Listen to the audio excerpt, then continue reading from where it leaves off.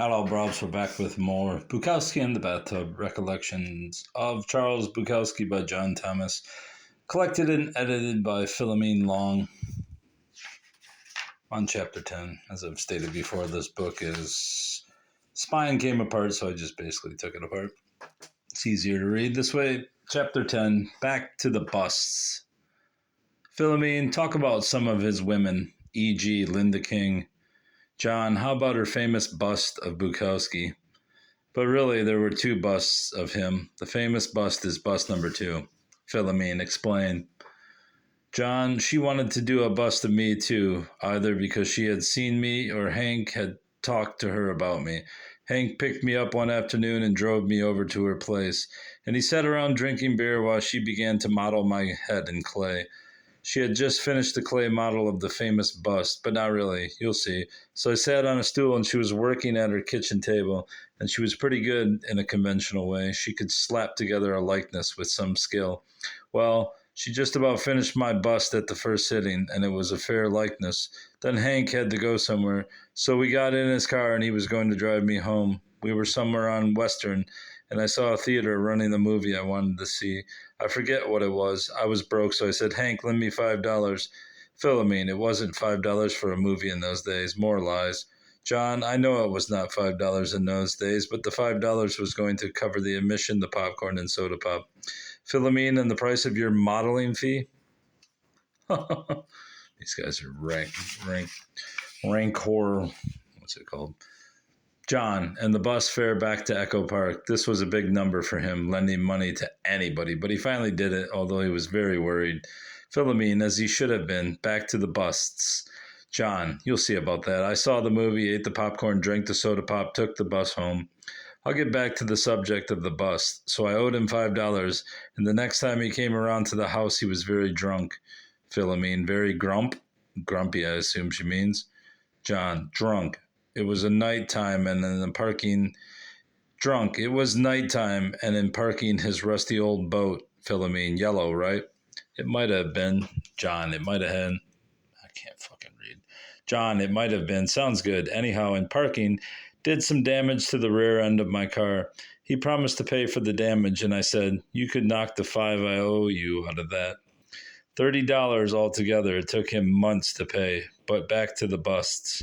As I said, mine was virtually complete. The clay was still damp. Philomene, mush. John, it was sitting on Linda's kitchen table beside the pleated bust of him, which was dry. Philomene, stunning image. John, so then one night he came over, as he always did, and I was really worked up about it. I was mildly curious. I said, Hank, what's happening with my bust? And he flushed and said, oh, baby, I'm sorry. We had a fight, me and that whore. I said, what's that got to do with anything? He said, well, I've got to tell you. She flipped out and began throwing things. Philomene, and your head was the first. John, no. First, he said it was the scrambled eggs. She makes shitty scrambled eggs. Then she threw the frying pan at me. Then she grabbed the bust of me and threw that at me. She came pretty fucking close with it, too. And that fucker smashed and fell into a million pieces. Philomene, so all that was left was your head? John, so I said, who cares? I was asking about my bust. And he said, well, I'm telling you, baby, I'll get to it. So I'm standing there in the kitchen with bad scrambled eggs over my clean shirt.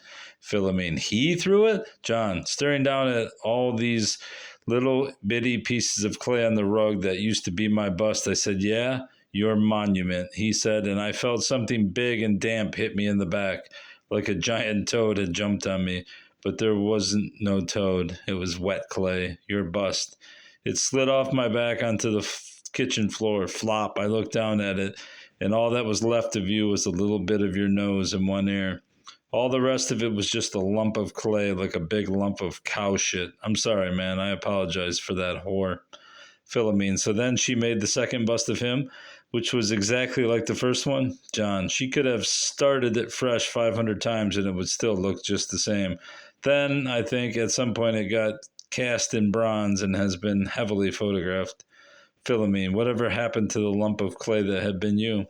Probably what is going to happened to my lump of clay that is me now, after a little longer than it took with that lump of clay. Look at what's left of me and see maybe a bit of nose in one ear, Philomene. And Linda King, John, a strong undercurrent of dangerous hysteria. Philomene, what did Hank see in her? John, well, the fact is, Hank hadn't been laid in a year. Philomene, how long had they been together when the busted bus scene occurred? John, oh, a month or two. Also, she introduced him to some bedroom tricks, Philomene, like oral sex. John, not many men in this generation had done it. What he could have called blowjobs were highly thought of and much talked about, but what Hank would have called eating pussy. Philomene, I can't stand that word. I won't write it. John, we was considered shameful and disgusting. Philomene, when I first met him, he was referring to it as rosebud. He said he could make it open. John, major event in Bukowski's life, I guess. Philomene, so basically it was the sex and the fights. John, the dramatic intensity. Actually, he called me up one night. Philomene, okay. Oh, here we go. John, this was much later, I think in 1974. He asked me if we wanted to come over and have an orgy with him and Linda. Philomene, his idea or hers? John, my guess, a little bit of both. Philomene, and your response was? John, I invented something I had to be doing that night, but the idea of rolling around in bed with them, Philomene, was too titillating. So the next day, John, after that, he was somewhat cool towards me. Philomene, a distance from embarrassment, rejection. John, I don't think he believed my excuse. Philomene, what prompted him to ask you? What made him feel he could ask? I recall the orgies in those days, people doing it in heaps. Anthill sex. John, right, like Grunion. He was shy. He probably really had to work himself up to ask. It might have been his next big sexual step after cunnilingus, and I wriggled out of it. Philomene, did he have group sex after that? John, I can't remember where he's written about it. Philomene, I can't remember where he's written about it. John, I can't think where he's written about this, the proposition of 1974. Philomene, I don't remember it in any story. Do you? Must have been awkward. John, I think he had a lot of fears. Charles Bukowski given his first poetry reading, 1969. Photo courtesy of John Thomas. All right, that's all.